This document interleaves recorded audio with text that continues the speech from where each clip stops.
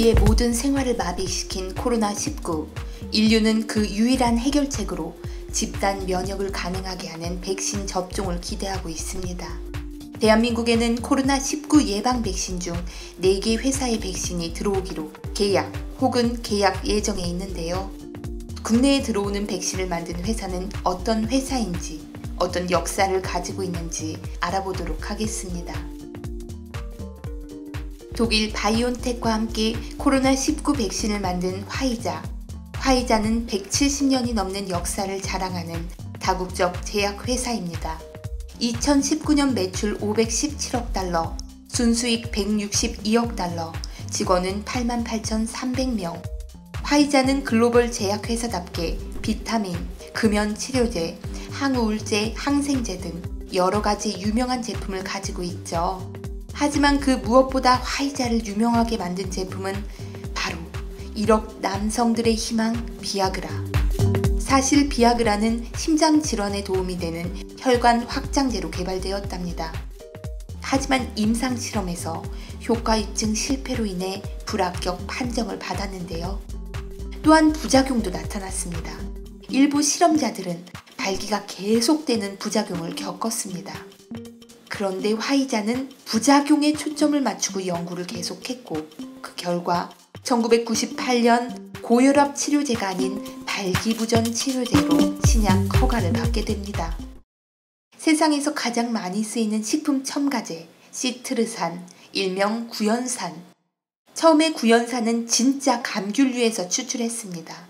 하지만 제1차 세계대전 때 감귤류 구입이 어려워지자 구연산 생산에도 차질이 생겼습니다. 이때 화이자는 미국 식품화학자 제임스 커리의 검은 곰팡이를 이용한 생산법을 적용하여 구연산 대량 생산에 성공하게 됩니다. 이때부터 구연산은 감귤류에서 추출하지 않게 되었다고 하죠. 마지막으로 현대의학 최고의 발견이라고 불리는 페니실린 역시 화이자를 빼놓고 이야기할 수는 없습니다. 페니실린의 개발자는 그 유명한 알렉산더 플레밍. 하지만 그는 실제 의료 행위에 사용할 수 있는 양을 만들지 못했고 연구는 잠정 중단되었죠. 페니실린 발견 13년이 지난 1941년, 이때가 되어서야 페니실린으로 첫 환자를 치료할 수가 있었습니다. 이후 페니실린으로 환자를 치료했지만 그 양이 부족해서 환자들의 오줌에서 페니실린을 재활용해서 사용했다고 합니다. 이때 화이자는 회사의 모든 자원을 페니실린 대량 생산에 맞추었고 대량 생산이 성공하여 제2차 세계대전 후반기에 페니실린으로 수많은 생명을 구할 수가 있었다고 합니다. 이때 사용된 페니실린의 절반 이상이 화이자 제품이었다고 합니다. 페니실린처럼 화이자의 코로나19 백신이 수많은 사람들을 구하기를 기대해 봅니다. 한국에 들어오는 백신 중 가장 착한 가격을 자랑하는 아스트라제네카의 백신. 아스트라제네카는 20년이 넘은 역사를 자랑하는 다국적 제약회사입니다. 20년, 짧은 역사죠. 사실 이 20년은 스웨덴의 아스트라 AB와 영국의 제네카의 인수 합병을 기준한 것입니다. 아스트라 AB 설립을 기준으로 한다면 그 역사는 100년이 넘습니다.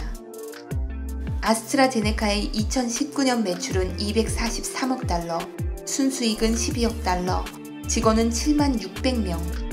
아스트라제네카는 주로 심혈관, 호흡기 및 위장병 관련 치료제를 판매하는데 일반인들에게 친숙한 제품은 찾아보기가 어렵습니다. 아스트라제네카의 백신, 콜드 체인이 필요 없고 다른 백신보다 착한 가격이 눈에 띄죠.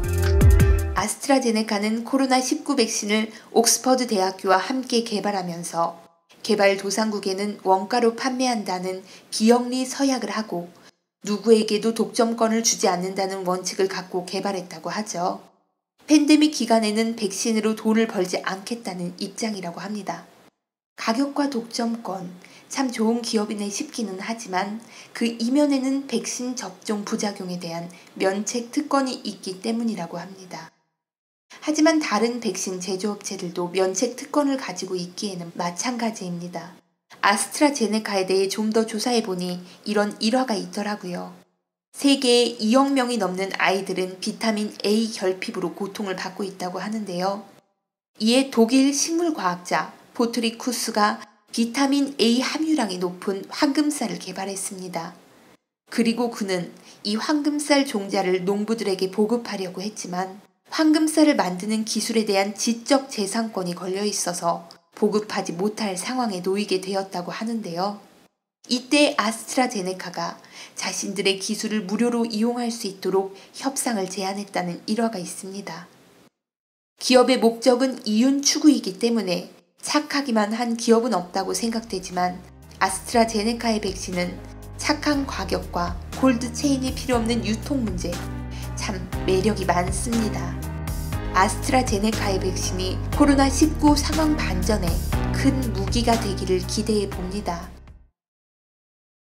존슨앤드존슨은 130년이 넘는 역사를 자랑하는 글로벌 제약회사입니다. 2019년 매출은 821억 달러, 순수익은 245억 달러, 직원은 13만 2,200명. 이 기업은 어렸을 때 한 번쯤은 써봤을 존슨즈 베이비 로션을 만든 기업이 맞습니다. 이뿐만이 아닙니다. 뉴트로지나 클린앤클리어, 아큐브 콘택트 렌즈 역시 존슨앤드존슨의 제품인데요. 90년대에 유행했던 비듬 방지 샴푸 니조랄 역시 이 회사의 제품입니다. 유명한 제품만 놓고 보면 화장품 관련 제품을 취급하는 회사로 보이지만 존슨앤드존슨은 제약회사가 맞습니다. 타이레놀도 이 회사 제품이고요. 처음에 외과용 붕대와 거즈 등을 생산하면서부터 시작을 했거든요. 그리고 그 후에는 일회용 반창고를 세계 처음으로 상용화했고요. 일회용 반창고에는 존슨앤드존슨의 부사장까지 올라간 얼 딕슨의 애틋한 사랑 이야기가 있는데요. 얼 딕슨의 아내 조세핀이 요리를 하다가 자꾸 다쳐서 그녀가 상처를 혼자 치료할 수 있도록 얼 딕슨이 개발한 것이 일회용 반창고라고 합니다. 1961년 존슨앤드존슨은 벨기에의 얀센사를 인수했답니다. 아까 말한 타이레놀은 한국에서는 한국 얀센에서 수입했답니다. 1회만 접종해도 항체가 생성된다는 얀센과 존슨앤드존슨의 백신이 어서 들어와 코로나 사태가 해결되기를 기대합니다. 아스트라제네카와 같이 코로나19 백신을 한국 기업에 위탁 생산하는 모더나는 10여 년의 짧은 역사를 가지고 있습니다. 그렇기 때문에 앞서 말한 다른 회사들과는 그 규모가 많이 차이가 나는데요. 2020년 3분기까지 9개월의 자료이지만 매출은 2억 3,265만 달러, 순수익은 마이너스 4억 4,700만 달러. 순수익이 마이너스인데 백신이 성공하면 많이 달라지겠죠. 2019년 직원은 830명이라고 합니다. 모더나는 지금까지 20여 개의 실험약과 백신을 개발했다고는 하지만 상용화에 성공한 적은 없다고 합니다.